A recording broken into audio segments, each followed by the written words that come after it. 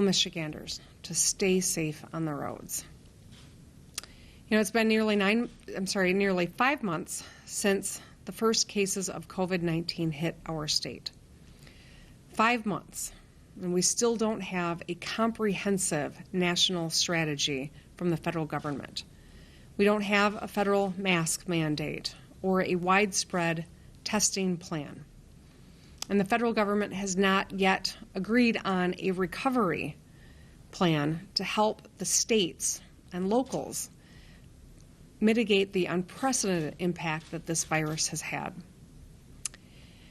Yesterday, we announced that President Trump has granted my request that he authorize the use of the Michigan National Guard forces for COVID-19 response through December 31st of 2020.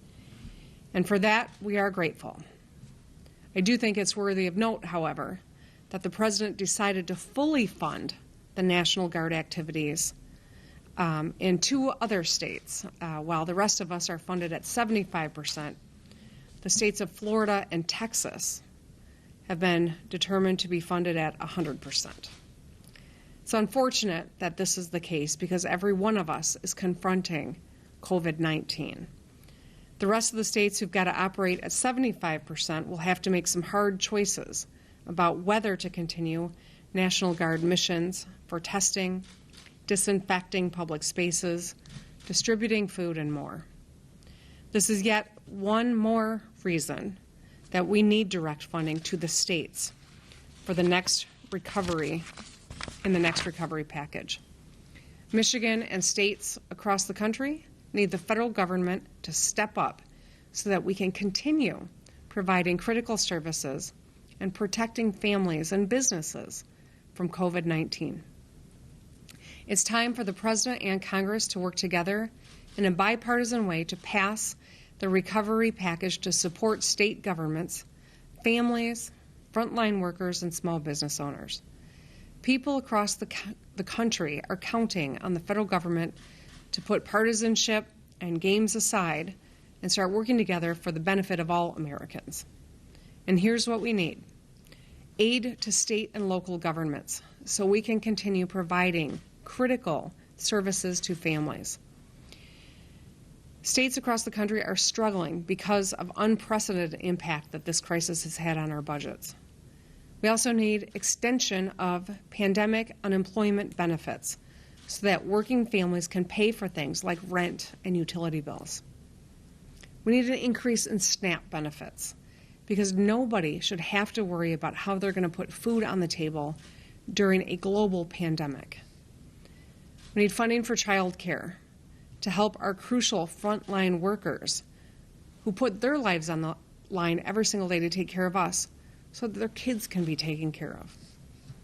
We need an extension on the federal student loan payment and interest freeze past September so that we can give borrowers additional relief from while the economy recovers. We need an increase and extension of the FMAP so that federal government covers a greater share of Medicaid costs. And we need aid that helps and starts with funding our K-12 schools and higher education institutions without insisting that schools open even if it's not safe. After delaying action for months, Senator McConnell and the Senate Republicans released a proposal last week that fails to meet the scale of the crisis we confront. Unlike the House-passed HEROES Act, McConnell's plan guts benefits for millions of Americans and puts our economic recovery more out of reach. With more than 25 million people out of work and unemployment claims on the rise for the second week in a row, now is not the time to slash benefits that have been a lifeline for so many Americans. People all across our country are struggling with the need for real help to pull the rug out from under them right now while we're still very much in the midst of the public health crisis and economic recession doesn't make any sense. Republicans need to drop this plan and join Democrats in a bipartisan way and construct a comprehensive stimulus package that meets the need of everyday Americans. We need leaders who are going to work together to help families and frontline workers and small business owners. Nobody has time for election year partisan games when lives are on the line. This is a crisis and we need bipartisan action right now. So today I'm joined by leaders from across the state to announce a series of new initiatives to prevent discrimination and racial inequity in Michigan. Since I was sworn in as governor, I've made it a top priority of mine and my administration's to include more people of color, more women, more members of the LGBTQ plus community, more people who are representative of the socioeconomic classes in Michigan and the geographic areas in Michigan at the table, in not a tokenism way, but in an empowered way. We've been able to build a more inclusive state government, but there certainly is more work to do. Today I signed an executive order to create the Black Leadership Advisory Council of Michigan, which I will work closely with to develop our policies and paths to opportunity for Black Michiganders. I want to thank Senator Erica Geis, who sponsored the original legislation, for her leadership. This is the first advisory council of its kind, focusing on African American issues in Michigan. And I'm proud to work closely with leaders like those here today to build a more just and equitable state. The deadline to apply for the council is 5 p.m. Wednesday, August 19th, and the link to apply is michigan.gov/appointments, and candidates should select Black Leaders Advisory Council from the drop menu on the application. Today, I also signed an executive directive declaring racism as a public health crisis in Michigan. I want to thank the Michigan Legislative Black Council for their leadership. This pandemic has confirmed and highlighted the deadly nature of these pre-existing inequities caused by systemic racism. COVID-19 is more than 4 times as likely to take the life of a Black Michigander than a white one. And this reflects long-standing, deep societal, economic, and environmental disparities. This executive directive directs MDHHS to work with other state departments to examine data, develop and plan policies, engage, communicate, and advocate for communities of color. Dr. Khaldun will also touch on further steps the department will take to address systemic racism in Michigan. I want to thank Dr. Khaldun for her leadership. She's the reason Michigan was one of the first 3 states to release demographic data so that we could help better act to protect people in our state. DHHS is the largest state department that touches the most citizens in our state, and so her work is crucial, and the work that Director Robert Gordon is doing as well. They'll work around the clock to help us reach our goals. Now, I know how important it is for state government to lead by example, which is why I've directed that all state employees be required to take implicit bias training, including myself and our entire executive office. Implicit bias is simply an unconscious preference that exists in each one of us. And as public servants, we have a duty to understand how those tendencies impact our actions on the lives of others. The training is required for both existing employees and must be completed within 60 days for newly hired employees. This is not alleging that people are racist. It's recognizing that everyone has biases from where we grew up or how we were raised. It's just a fact, and that's why we've got to acknowledge it and seek to address it. We have a lot of work to do to eradicate the systemic racism that Black Americans have faced for generations. And it's going to take time. But the most important thing we can do during this time is work closely with leaders across the state in every community to find the root cause of problems and work to eradicate them. This group will continue to keep an open dialogue as we work toward our goal of ensuring that we build a stronger Michigan where everyone, no matter what community they're from, has a real opportunity. And with that, I want to introduce Lieutenant Governor Garling Gilchrist, Chair of the COVID-19 Task Force on Racial Disparities, to talk a little bit more about the work that they're doing. Thank you.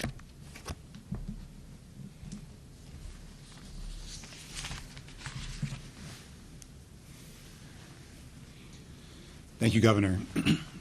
And good morning, everyone. I would like to also acknowledge Dr. Joneigh Khaldun and Flint Mayor Sheldon Neely, who you'll be hearing from in a few moments. I, too, want to express my deepest condolences to the family of Trooper Caleb Starr. The entire state of Michigan is feeling this tragic loss, and he will be missed by all of his colleagues in the Michigan State Police. We thank him and all of you for your service. These past several months have been very difficult for all of us as we have dealt with this virus that moves quickly and silently. It has been tough for the families who've lost loved ones to this devastating virus, and I count myself among those, losing 23 people in my life to COVID-19. It's been tough for the frontline workers who have faced great uncertainty as they showed up to work to keep vital, life-sustaining services operating. I saw this firsthand yesterday when I went to get tested out of an abundance of caution when one of our sitting state senators in the legislature tested positive for COVID-19. And I pray for his recovery. And I pray that everyone who may have even feared they've been in contact with someone gets tested. Thankfully, my results did come back negative. But I encourage every person again to get tested, and you can find the nearest testing location at michigan.gov/coronavirus test. It's been really difficult for our children who've basically had to relearn how to learn, taking classes online, who haven't seen their friends or classmates or even some family members in months. And again, I feel this personally with my twin 6-year-olds and my baby girl, Ruby. This has been really difficult for employees who've had to work differently, or for those who haven't been able to work because their workplaces have had to pause operations in the name of public health and public safety. But if you're a black person in Michigan, or if you're a person of color in our state, the pandemic has been even more difficult in all of these cases. You see, we know that coronavirus itself doesn't discriminate, but it literally feeds upon the discriminatory inequities that exist in our system. This pandemic has held a mirror up to our entire country's healthcare system, and we've seen that communities of color are suffering at higher rates in part because of a lack of attachment to that healthcare system. In our state, we've still had about 40% of our deaths be black residents from coronavirus, but our population is merely 14%. In addition to being more likely to work in one of those jobs that is really risky in the context of the pandemic, but critical and needing to function, black and brown employees have been more likely to be laid off or to have their hours reduced.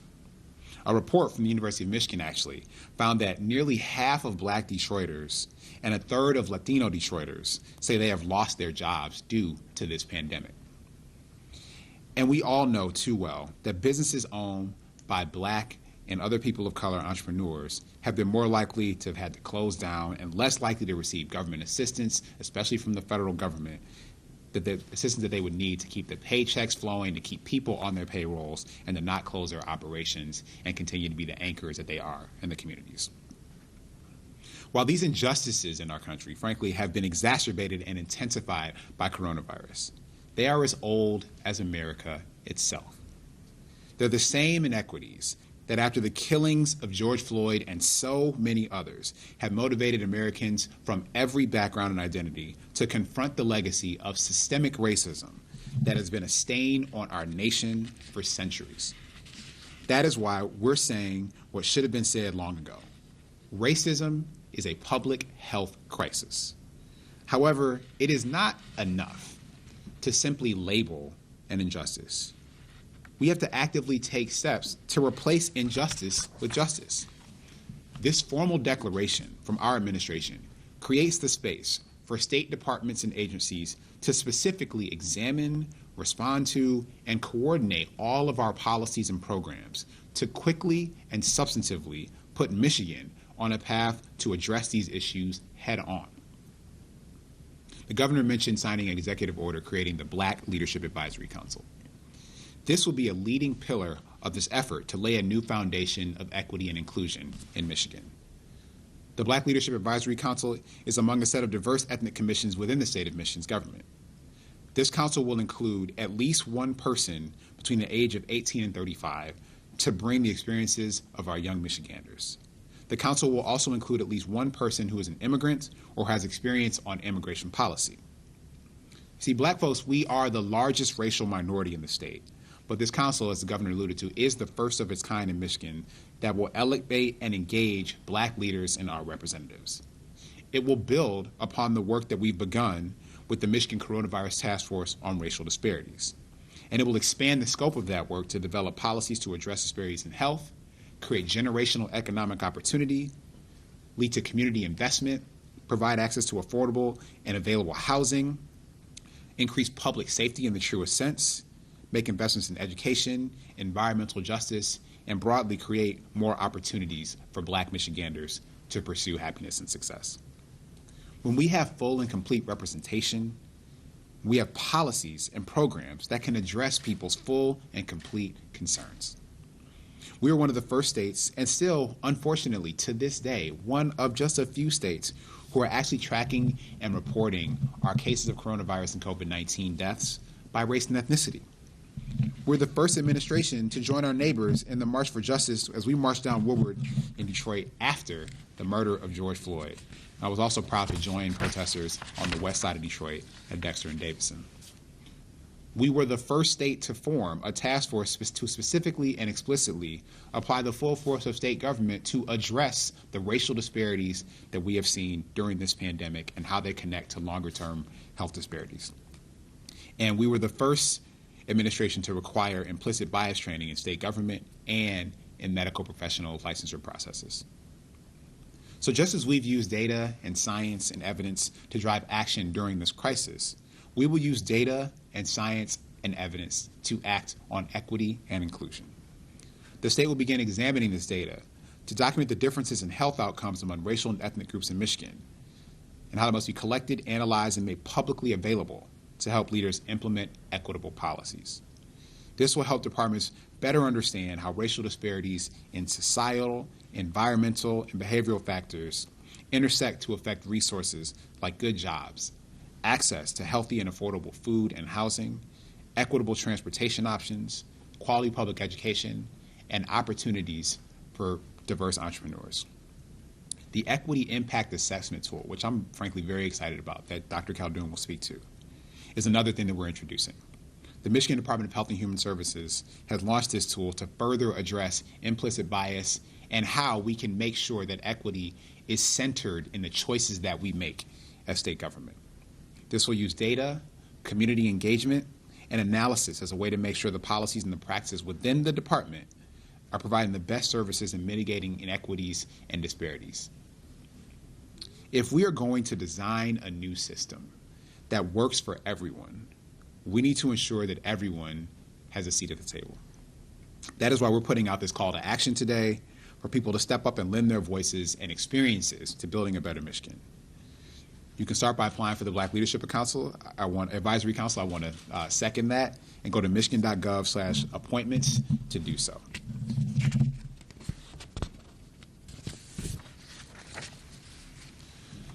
Those of us in positions of power and leadership at any level have a responsibility to use the tools at our disposal to put everyone's success within their reach. The actions that we're announcing today are another step toward this administration fulfilling that responsibility. And I'd like to close today with the words of James Baldwin, whose birthday recently passed. See, James Baldwin said that not everything that is faced can be changed, but nothing can be changed until it is faced. Neither I nor this administration will turn our faces away from injustice when we have the opportunity and the power to right it. And with that, I'd like to welcome Dr. Joneigh Khaldun here to the podium for an update. Thank you.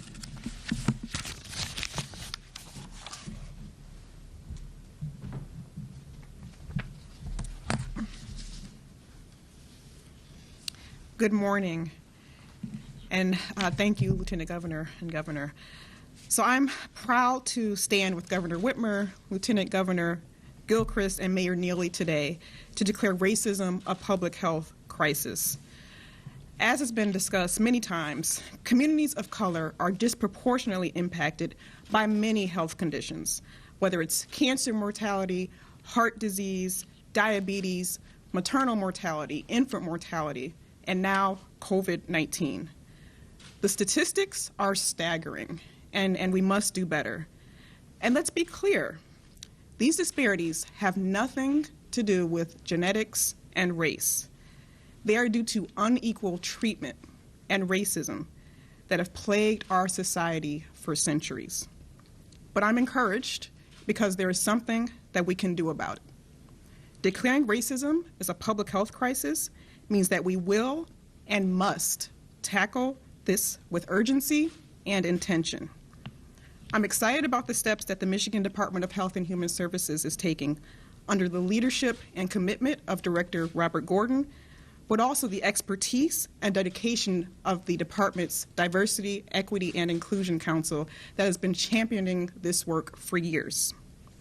One of the things we're doing is expanding the application of a decision-making process throughout the department that will work to decrease systematic disparities and inequities in marginalized populations.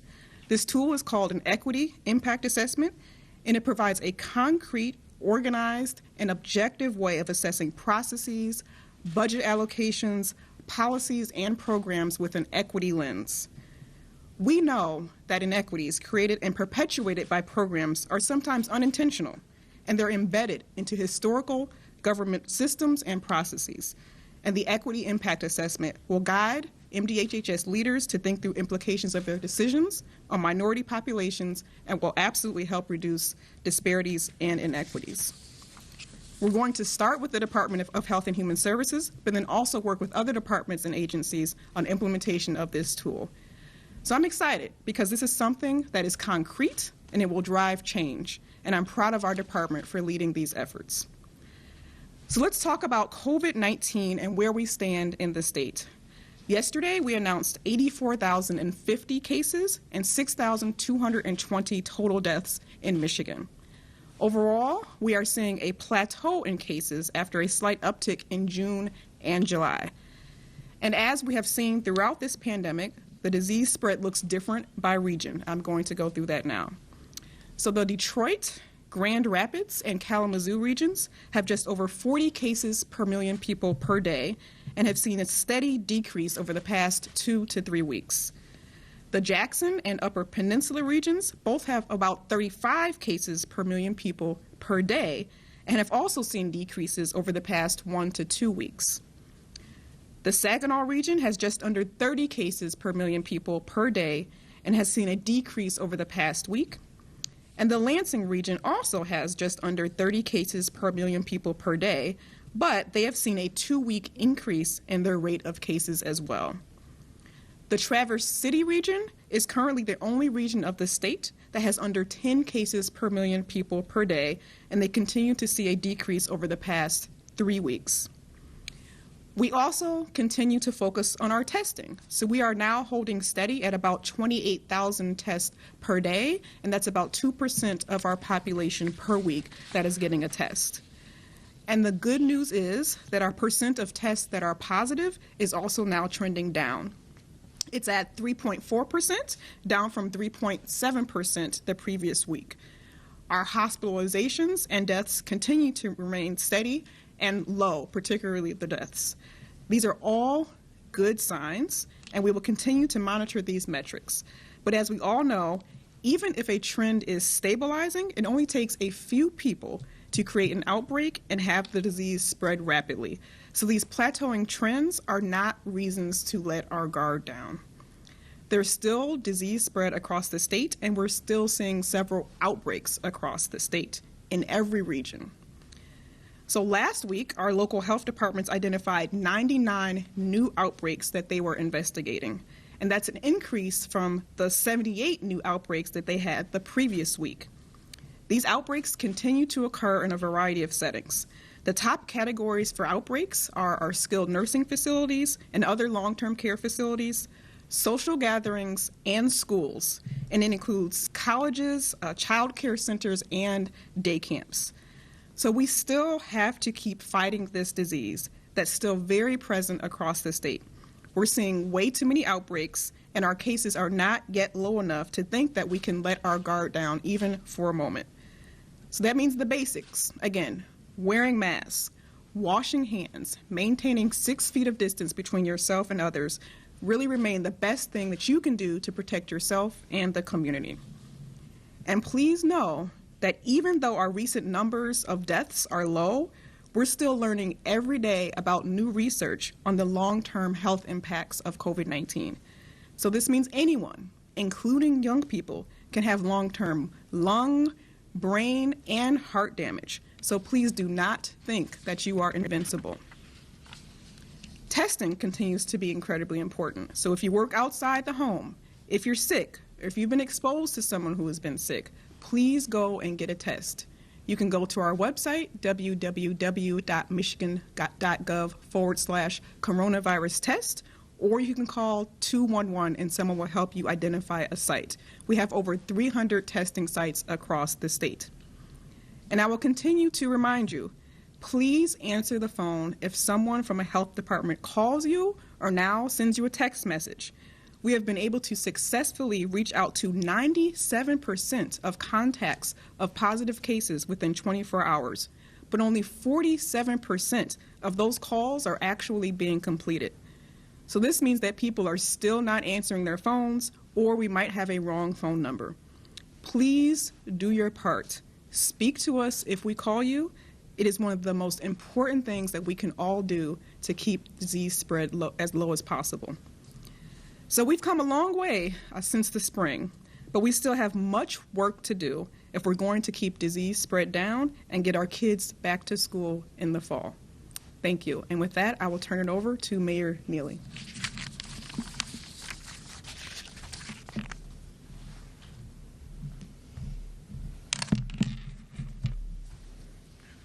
Good morning, and thank you, Dr. Khaldun, and also Lieutenant Governor Garling Gilchrist, and also Governor Gretchen Whitmer.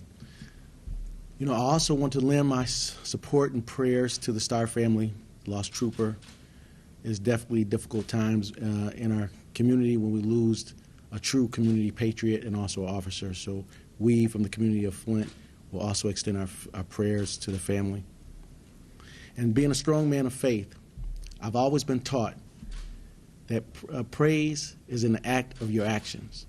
Praise is an act of your actions. And today's actions by Governor Whitmer deserves praise. Being the former legislative Black Caucus chairman and also mayor of a black community, I do understand the disparities and what we have to overcome as a community and also as a state. And I am so proud of this governor and the lieutenant governor and this administration and the state of Michigan for making these bold moves and really showing what leadership is all about. The world can take a snapshot of what's being done here today to really talk about the level of equality. Equality is only a word unless it's met with unity and goodwill. And this administration is showing both unity and goodwill. The disparities that Dr. Khaldun talked about, infant mortality, maternal mortality, environmental injustices, disparate treatment by law enforcement. We're going to get beyond that, and it starts today in the state of Michigan. And I am so proud to be asked to be here to speak to this. I'm so proud of our governor. I'm so proud of our lieutenant governor to take these steps to move our communities forward. This is a wonderful day in Michigan. But I encourage all of you to be a part of the change, to be a part of equality, to be a part of unity, and to meet it with goodwill. So thank you, Governor Whitmer. Thank you, Lieutenant Governor Garling Gilchrist. And thank you, Dr. Khaldun, for all the benefits that Michiganders are going to benefit moving forward. Thank you, and God bless. Thank you, Mayor Neely. Doing a important and strong job in the city of Flint. So thank you for being here. Appreciate your leadership. All right, with that, this is a new one. We are taking questions from the press. They are via Zoom call because we wanted to make sure we keep everyone safe as we adhere to the new rules about indoor gatherings across the state. So we only have 10 people in this room, and so the press has had to Zoom in. So with that, I'd be happy to open it up for a few questions. Governor, the first question will come from Eric Lloyd. Hello, Governor. Now, despite the Traverse City region being so far ahead of others in numbers of cases, some restrictions were tightened last week You said you wanted to nip this in the bud before school begins. So does that mean we can expect it not to see any changes or loosening of restrictions until school begins, especially coming up to Labor Day weekend, no matter positive changes in the numbers? Yeah, so I appreciate the question, Eric. I think that it's really important that we stay focused on the fact that this virus still doesn't show up in numbers until a couple of weeks later. It's the dangerous, insidious thing about COVID-19 is that you can be carrying it and not even know it. I mean, they say, 30% of the population, that's probably true for. Is that an accurate number? I mean, we're learning a lot about this virus. So conventional wisdom is now, though, that maybe a third of the people who have it don't even know they have it. And that's why you don't see the numbers in terms of the positivity cases until a few weeks later, and then a few weeks later seeing the hospitalizations. So we know that our actions today are going to dictate whether or not we are in a strong position to safely resume some in-person instruction this fall.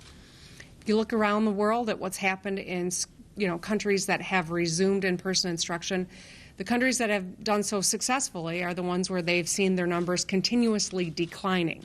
Well, as Dr. J just explained, we are at a plateau, essentially.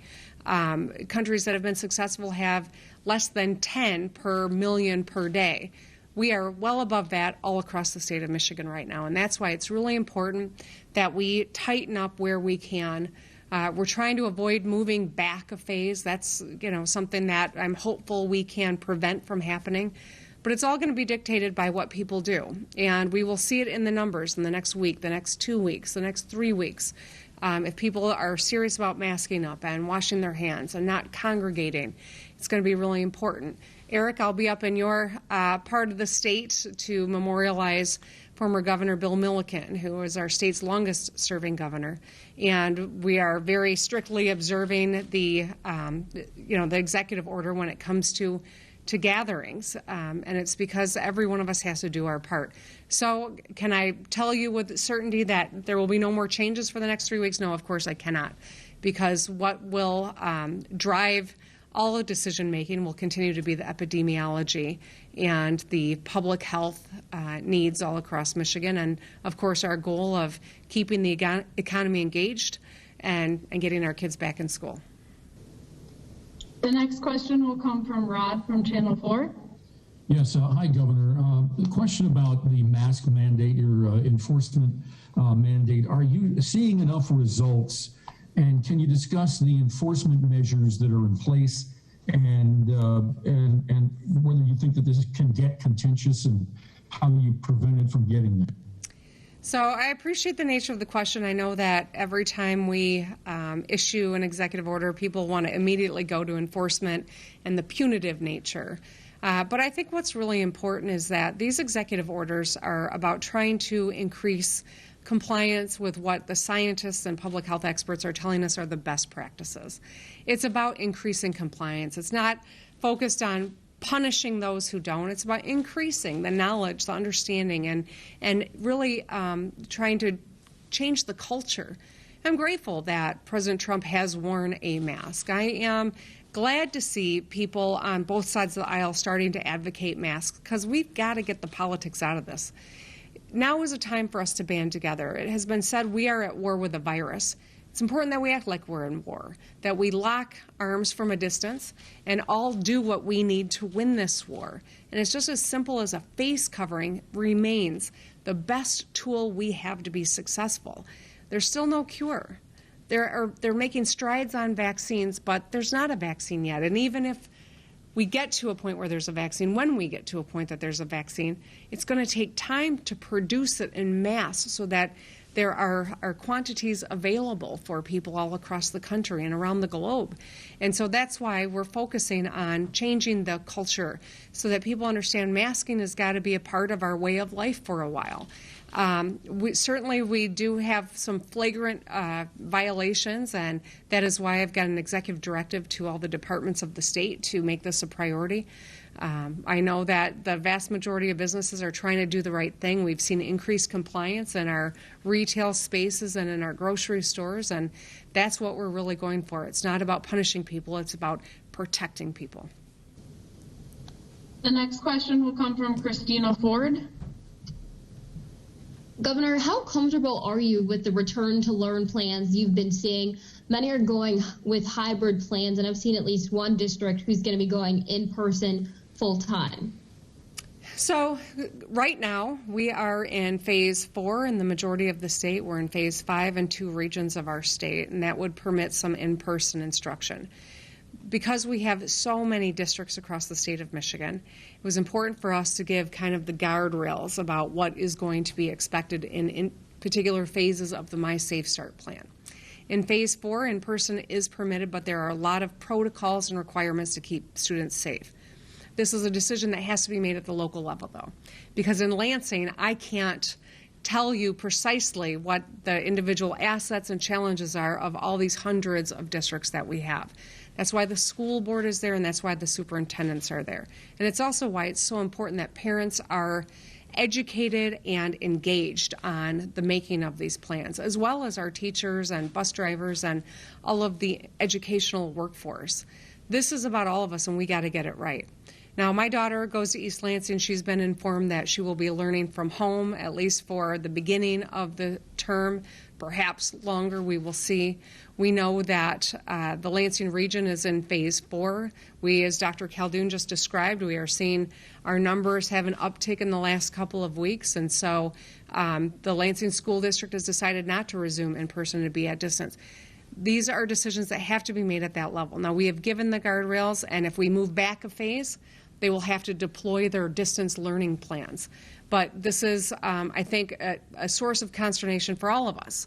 Parents like me, leaders like me, as well as the mom and dad who are just simply trying to make sure their kid gets the education they need and that they can work so they can put food on the table. We're going to have to be nimble. And it's frustrating, and it's hard to hear that. But that's the nature of this virus. And that's why it's critical that we're masking up. That's why I think you see other states doing what we have done by getting aggressive and taking positions so that we can strengthen the likelihood that we can resume and safely do so. The next question will come from Riley at Bridge. Hi, Governor. How do you feel about how things went with the primary election yesterday? And do you think there need to be any policy changes ahead of the November election to handle a potential influx of absentee ballots? Yeah, thanks, Riley. So I chatted with our Secretary of State, Jocelyn Benson, yesterday. I know that they've been doing an incredible amount of work, and certainly our local clerks have been working their tails off to try to make this a successful election. We're in the midst of a global pandemic, and so availing ourselves of the ability to vote from home is the safest way to make sure that you can participate in this important responsibility that we all should assume we're going to undertake as Americans. And so I encourage anyone who's watching to go online right now and reserve your ballot, request your ballot for fall so that you can vote from home. And as soon as you get it, vote and send it in, because we want to make sure that every vote gets counted and more people vote.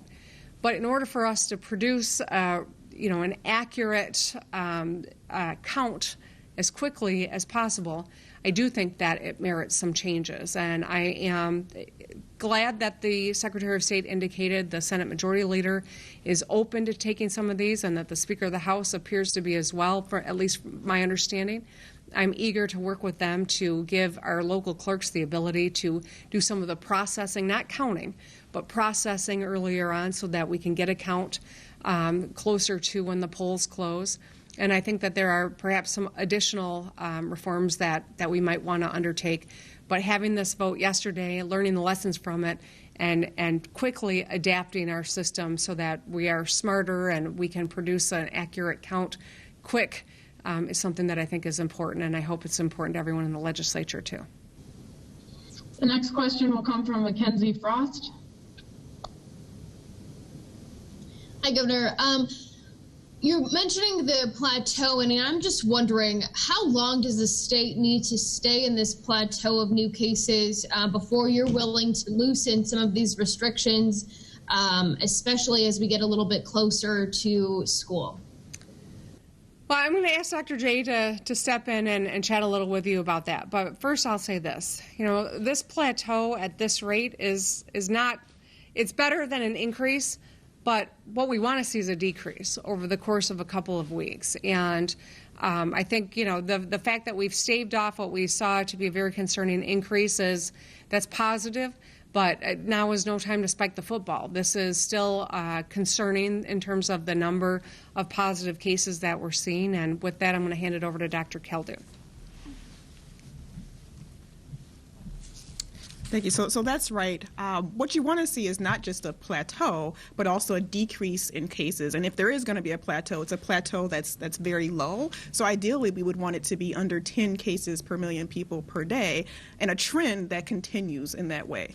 Again, we're also looking at other data. We're looking at percent positivity. We want it to be at least below 3%, and ideally much lower than 3%. But we want that trend to also maintain for some time.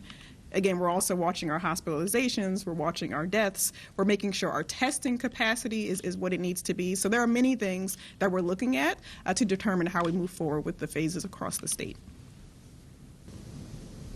Governor, the last question will come from Chad Livengood. Governor, given that Michigan State is encouraging students not to come to campus, or basically not to come to East Lansing, do you want to see the universities, public universities, come together and basically formulate a policy on their own to try to keep as many kids out of college towns this fall? So, Chad, I'm going to answer that wearing two hats. One is the mother of a rising freshman at one of our universities, and as the governor of the state of Michigan, we know that where we are seeing increases, very concerning increases, are amongst the age group that you are describing. We also know that college campuses are places where people love to congregate, whether it's in the Greek system, or it is in a dorm, or it is in a bar, depending on the age of the students, of course. And this makes it uniquely susceptible to COVID outbreak. So we're very concerned about it. And I was pleased to see that Dr. Stanley made that policy decision at Michigan State University. He is, by profession an epidemiologist. So I know that, the fact that our three, largest universities, Wayne State, U of M, and MSU, are led by people who are men of science, I think gives me some comfort here. But I do think that it's important that this is an evolving conversation, as our knowledge of this virus is always evolving as well. And so that is something that I think would be beneficial to their students, their faculty, all of the workforce on our campuses. And so that is, I think, something that would be very helpful, and I'm encouraging them to do that. Thank you, Governor. All right. Thank you, everybody. Mask up, Michigan. Stay safe. Take care.